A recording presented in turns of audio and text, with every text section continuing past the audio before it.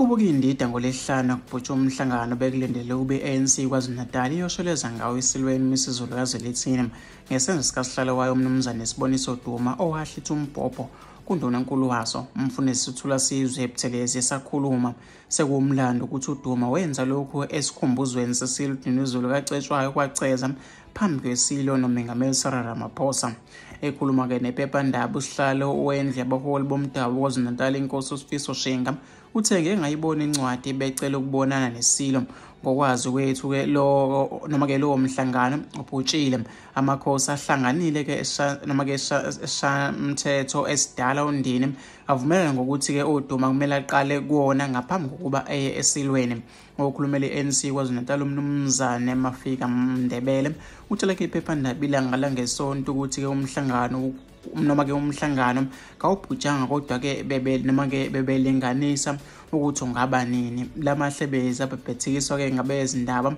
kasikaze ke silusho usuku kodwa ke besingathekisa ukuthi ke kungaba yizo noma ke kungaba yizolo esho ke olesihlanu esikutholile ukuthi ke ngeke siye sodwa siyiqembe endlonkulu kumele ke sikhashwe ngamakhosi. Ngingasho ke njengamanje ukuthi ke sesikwenze konke sisilendele usuku ke lokuyisilweni kusho yena uveze ukuthi umengameli Ramaphosa ukhathazekile ngokuthi kungenzeka kuqubuka udlame sixolise ke kumengameli wezwe naye uDuma uxolisele noma ke uxolisile umengameli uthe ke makungaphinde kwenzeke lokho simbikelile ukuthi ke sesibhalele umengameli weIFP umnumzane vele inkosi enhlabisi simcela ukuba siqhubeke ke sicoxe ngokwakho uxolo. Undunankulu kaZulu umfundisi uButhelezi naye ke kumele ngabe wenza okufanayo axolise ngesenzo sakho sho ke uMndebele.